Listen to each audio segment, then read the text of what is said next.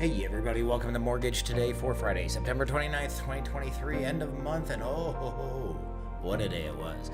MBS were up 16 basis points this morning for once. S&P futures were up 30.25 points. Everybody's winning. European bonds gained strength as EU inflation hit a two-year low and German import prices saw their fastest decline in 40 years. The PCE data elicited a mixed response, initially rallying, then pulling back, then rallying again.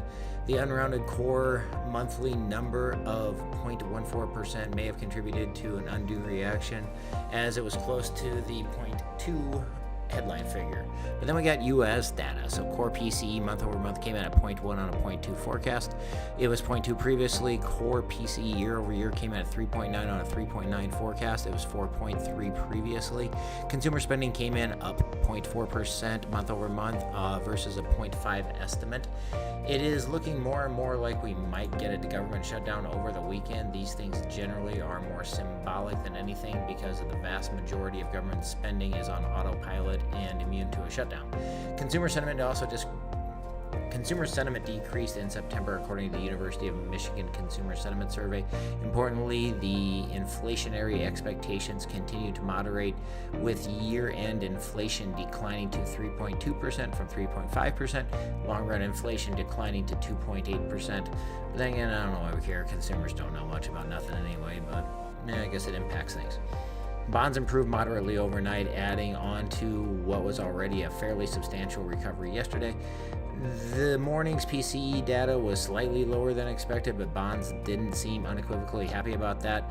There was a modest extension of the rally and then a slow give back into the PM hours. Trading was very flat, near unchanged levels after noon. Month quarter-end trade flows are assumed to be the underpinning some of the volatility of the past 3 months, as this is the uncertainty surrounding the government shutdown.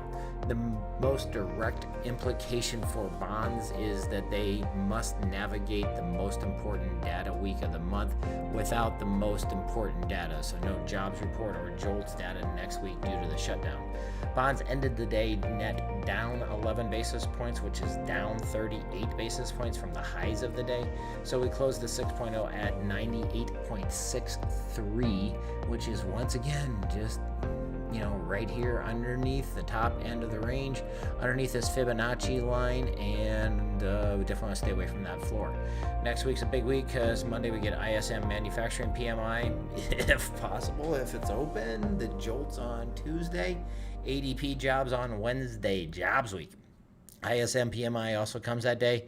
Then if the government is open, jobless claims on Thursday, and non-farm payrolls and unemployment rate on Friday. So could be a wild week. If you have some time over the weekend, definitely learn some stuff. It's always good. Check out some of our Common Core sources and influences, as well as our sponsor at www.wellthatmakessense.com.